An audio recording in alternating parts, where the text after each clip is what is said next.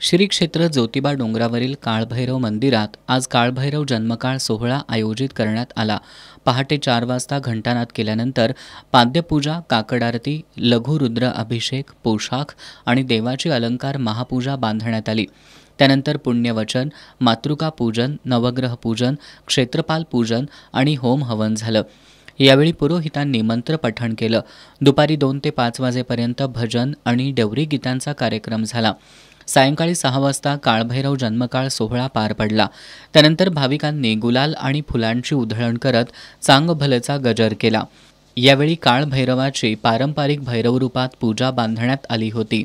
ही पूजा सुमित भिवंदरणे, गणेश झुगर, विनायक ठाकरे, तानाजी चिखलकर, प्रवीण झुगर, तुषार झुगर, अजित भोरे, रघुनाथ ढोले यांनी बांधली। तर ज्योतिबाची चतुर्भुज रूपात पूजा बांधण्यात आली होती। ही पूजा अंकुश दादरणे, ओमकार सांगळे, विकास ठाकरे, महालिंग शिंगे, बाळू सांगळे, नितीन लादे, उत्तम भिदरणे यांनी पूजा बांधली।